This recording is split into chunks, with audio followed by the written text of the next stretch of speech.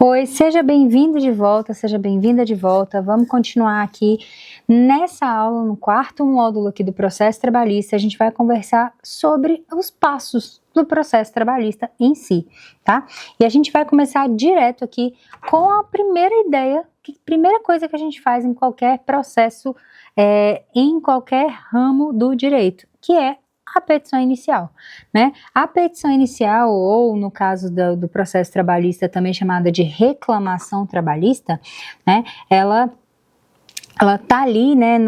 Tá regulamentada ali no 840 da CLT, tá? E ela pode ser apresentada tanto pelos sujeitos da relação de emprego, tá? Então, pelo empregador ou pelo empregado, ou pelos sindicatos, ou ainda pelo Ministério Público do Trabalho, quando previsto em lei, tá? Em 2004, a gente teve uma ampliação, né, da Justiça do Trabalho, a reforma ali da Justiça do Trabalho, e a gente teve a inclusão também da petição inicial ser possível de ser apresentada também por trabalhadores autônomos, trabalhadores eventuais, trabalhadores voluntários, estagiários e tomadores de serviço, porque eram classes de trabalhadores que estavam ali sem regulamentação, digamos assim, em relação às suas demandas, né? Se eu precisasse entrar com processo, eu não podia entrar no Justiça do Trabalho porque eu não sou empregado. Não era possível considerar empregado, né? Então, a gente teve essa ampliação aí para aumentar a gama de pessoas que poderiam ter acesso ao provimento jurisdicional, tá? E aí a gente tem também a possibilidade, né, dentro dessa mesma ampliação aí da emenda 45, a gente teve a União também podendo entrar com processos, principalmente processos de cobrança, tá? Sindicatos e os próprios, né, tomadores de serviço ali, como pessoas legítimas para entrar com o processo, tá? E aí, como requisitos da petição inicial, e a gente vai ter, assim, cada passo desse que a gente vai ver aqui agora, você vai perceber que o processo civil, ele está muito próximo do que nós estamos estudando aqui, tá? Então, a petição inicial, ela pode ser tanto verbal quanto escrita. Claro que verbalmente depois ela vai ser reduzida a termo, né? Isso é feito também nas próprias varas do trabalho, né? E aí ela vai ter alguns requisitos, que aí são os mesmos requisitos que a gente aprende lá no processo civil, que é a designação do juízo, né? Então ali tem o endereçamento, que é para onde que vai esse processo, a qualificação das partes. E aí, dentro da petição inicial trabalhista, a gente tem a breve exposição dos fatos, né,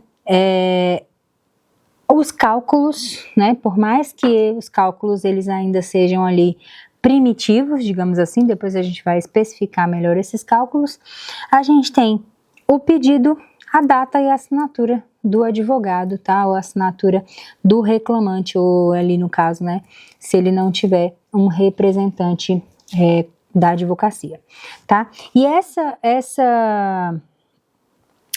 petição inicial, inclusive, quando ela for de ação coletiva, ela tem de ser sempre escrita, tá? Não dá para ser verbal, mas ela é necessariamente escrita. O que deve acompanhar a petição inicial? E aí esse é um caso muito interessante porque o 787 da CLT, ele estabelece que essa petição ela vai ser acompanhada dos documentos que fundamentam essa ação. Só que muitas vezes o empregado não tem acesso aos documentos que fundamentam essa ação, né? Porque ele é só o, prestador de serviços ali da empresa, então ele não tem acesso a documentos da empresa, por exemplo, ele não tem contrato, ele não tem acesso ao contrato de trabalho dele, ele não tem acesso a contratos, por exemplo, o contrato societário, perdão, ele não tem acesso a uma série de informações que ele deveria ter. E aí, no caso, ele vai fazer com que a petição inicial dele seja acompanhada apenas pela cópia da carteira de trabalho dele mesmo, né? No caso, hoje você baixa, né, a carteira digital e entra com a carteira digital ali, que é literalmente o que vai provar o vínculo empregatício, que é o que precisa da sua legitimidade ali para você entrar com a reclamação trabalhista. O restante, né, normalmente, se vai fazer ali a inversão do ônus da prova, que é pedir para que o empregador apresente os documentos que sejam necessários, uma vez que esses documentos vão estar, em regra, sob posse do empregador, tá? Bom, petição inicial, assim como qualquer outra petição inicial, assim que você dá entrada nela, não tem como mais você fazer certas alterações a bel prazer, tá? Claro que alterações até a citação do réu, você pode fazer, né, algumas alterações ali dentro do pedido da petição inicial, sem o consentimento do réu. Isso é uma coisa que não cai na prova da OAB não, tá? Despenca. Mas despenca mesmo, porque buscando as questões aqui para fazer o material todo, para buscar as informações, eu só vi questões dessa matéria, tá? Que é alteração da petição inicial, alteração de pedido da petição inicial. É possível ser feito?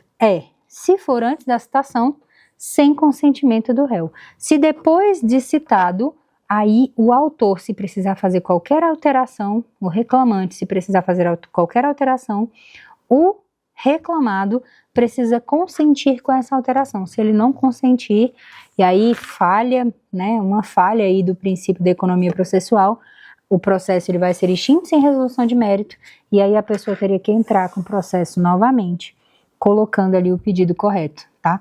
Mas essa é a ordem, e isso cai bastante na prova da ordem dos advogados, tá? Bom,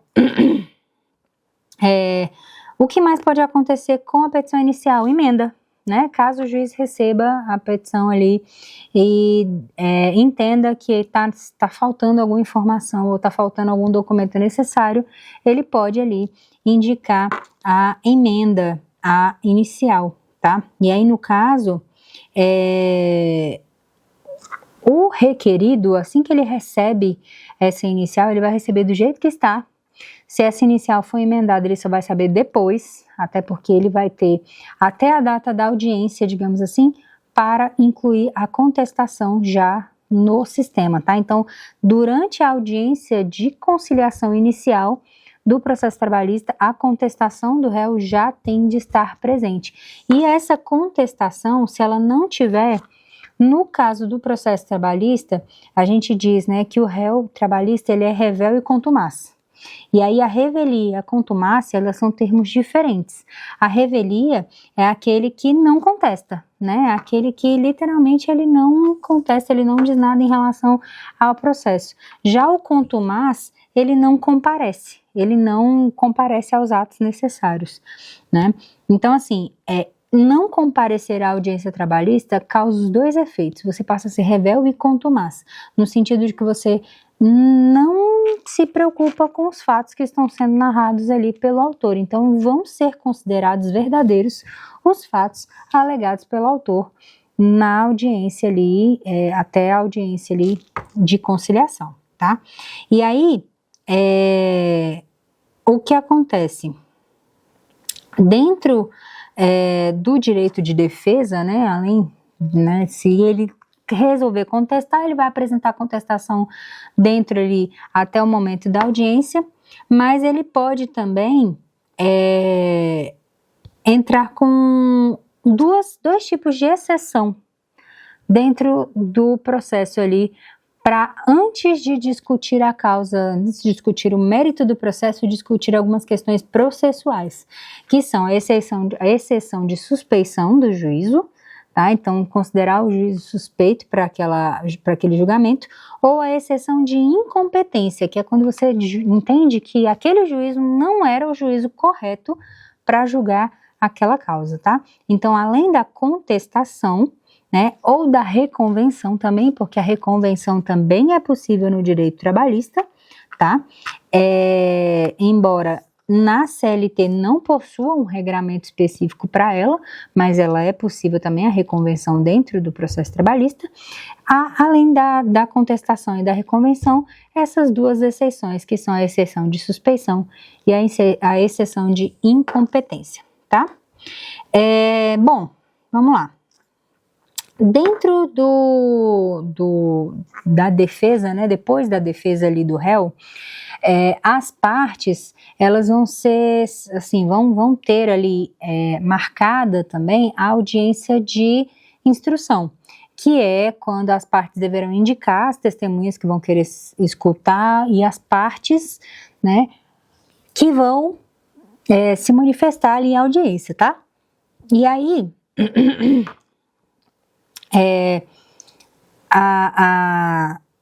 o que acontece a partir daquele momento é que o réu, ele vai ter ali, dentro da audiência, as partes elas vão ter dentro da audiência o prazo para as suas alegações finais, digamos assim, tá?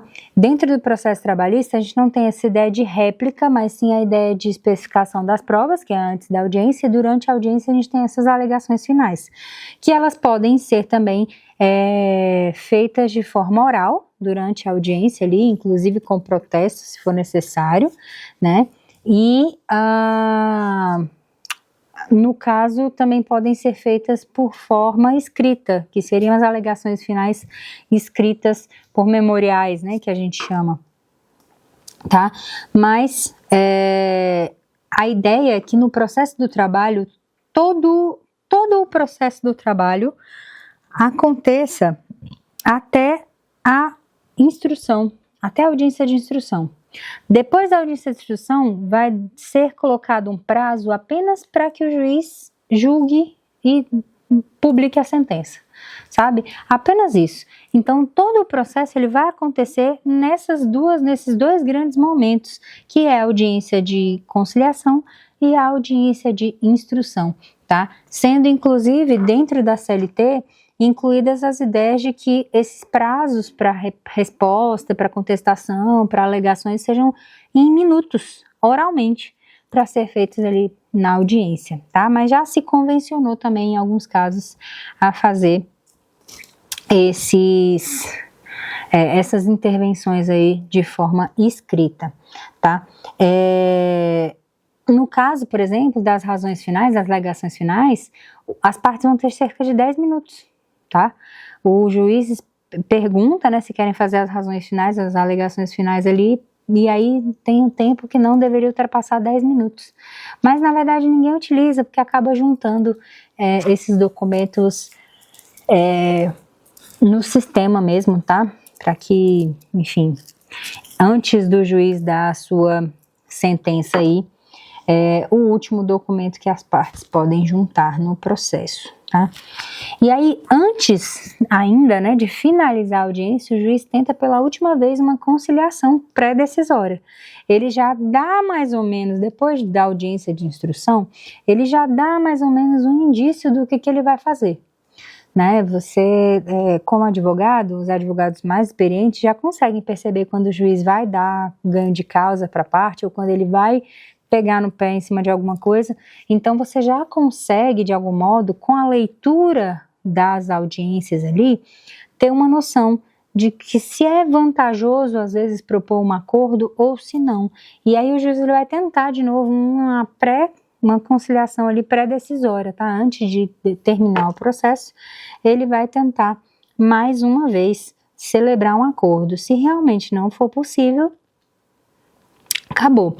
Mas se for possível, o termo de conciliação ele é lavrado, né? E são feitas ali dos termos do acordo o que vai ser cumprido posteriormente, tá? Então é um julgamento de mérito, digamos assim, o acordo ele faz julgado, né? Faz coisa julgada. Então as partes elas vão ter a eficácia ali da produção da coisa julgada mesmo através do acordo que for realizado. Se for um acordo para condenação em pagamento, por exemplo, caso o empregador, ao ser condenado, né, ao fazer o acordo ali, sei lá, dividiu em 5 parcelas o valor que ele tem que pagar para o empregado. E na terceira parcela ele parou de pagar, as outras parcelas são vencidas automaticamente. E aí vem toda aquela questão que a gente conhece, por exemplo, dentro do direito civil, tá? Na execução do processo civil, que são executadas, são antecipadas as parcelas e executadas com todo o rigor da execução também do processo civil, tá? No mais, as sentenças trabalhistas, elas têm que constar obrigatoriamente, né, do nome das partes, o resumo do pedido, e aí basicamente é a mesma coisa do direito civil também, né, que é o relatório, a fundamentação e o dispositivo, né, que vai estar ali a respectiva conclusão dos processos, tá? E aí, com a sentença, a gente para aqui, para que na próxima aula a gente analise quais são os recursos possíveis e o que a gente faz a partir da sentença trabalhista, se a gente quiser, né, na verdade, se o réu ou o reclamado quiser, de algum modo, apelar dessa sentença, né, responder a essa sentença, o que ele pode fazer, tá bom? Te espero, até lá, tchau, tchau.